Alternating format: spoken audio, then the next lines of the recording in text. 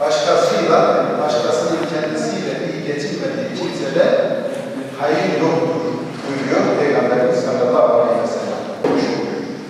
Onun için de bizler de müminler olarak, Müslümanlar olarak bu farkı aramızda yaşamalıyız. Dünya Müslümanları örük değil mi? Her tarafta Müslüman kan akıyor. Mazlum, mağdur, şu kışın ortasında dahi barınmaya, bir lokma ekmeğe muhtaç bir sürü Müslüman. Biz her şeyden önce Müslümanız, müminiz ve yaşamımızı da ona göre tertip ve tanzim etmeliyiz. Bu yaşamın merkezinde de namaz olmalı.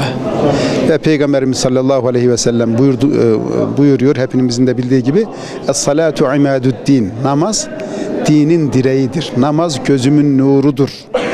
Ve namaz insanları bütün fuhşiyattan, lügviyattan, olumsuz her türlü yalandan, dolandan, hırsızlıktan, arsızlıktan, mesai hırsızlığından, diğer mal hırsızlığından, buna benzer görev hırsızlığından, her türlü aklımıza gelebilecek kötülüklerden insanları alıkor. Onun için Peygamber Efendimiz sallallahu aleyhi ve sellem henüz daha 7 yaşındayken çocuklarımızı namaza alıştırmamızı bizlere öğütlüyor. 10 yaşına geldiklerinde daha fazla bu işin üzerinde durmamızı bizlere tavsiye ediyor. Diyanet İşleri Başkanlığımız bu sene Şubat tatili, sömestri tatili de deniyor ya, vesilesiyle bütün Türkiye'deki yavrularımız, çocuklarımız için bir proje başlattı. Bu proje nedir? Camiyi seviyoruz, namazla buluşuyoruz. Yani biz Müslüman olarak, mümin olarak hiçbir etkinliğimiz olmasın ki içinde cami olmasın. Her türlü etkinliğimizin bir kenarında cami olmalı. Ve Peygamberimiz sallallahu aleyhi ve sellemin hayatına baktığımızda bunu rahatlıkla görüyoruz. Biz Müslüman isek, mümin isek cami hayatımızda olmalı. Ve bunu da bu körpe yavrularımızdan başlatmalıyız ki toplum nezih, temiz olsun, dindar olsun. Dindar bir toplumdan bugüne kadar kimseye bir zarar gelmemiştir. Dinsiz toplumlardan insanlara zarar gelmiştir. Gençlerimize bütün bunları aşılayabilirsek, verebilirsek toplumumuz nezih ve temiz olur. Suçtan, bu şekliyle askerlerimize, jandarmamıza daha az görev düşer. Böylece polislerimize daha az görev düşer. Böylece adliyelerimize daha az görev düşer. Dolayısıyla bu tür ibadetler bir Müslüman için koruyucu önlemdir.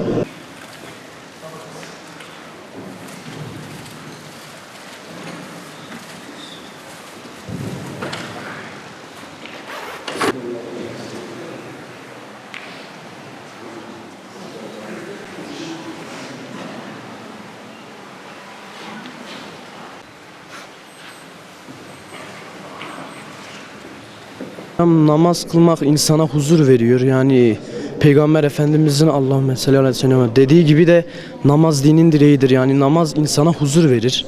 Yani namaz kıldıkça içim rahatlıyor. Yani kendime özgüvenim artıyor hocam. Hani böyle yani namaz kılmayı her dostuma, yani her arkadaşıma, her çevremdekilere, tüm Müslümanlara da kılmayan, onlara da tavsiye ediyorum inşallah.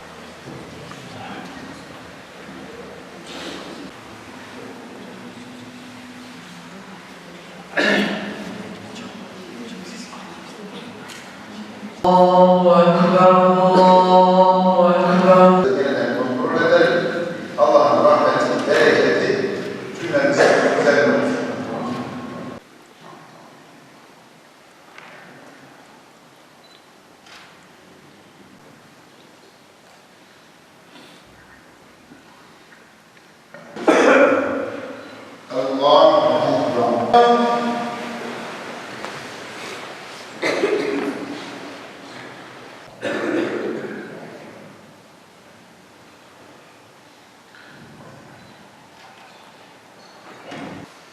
Allahu Ekber.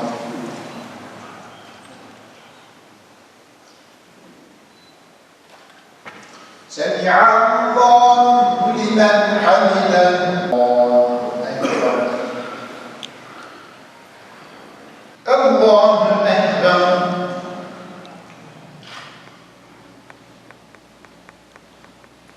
Semi'allahu limen hamidah. Allahu Ekber. Allahu Ekber.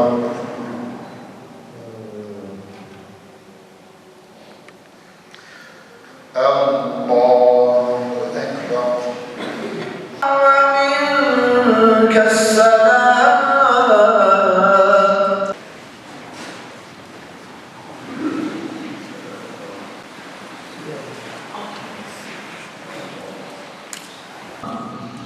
Subhanallah, subhanallah.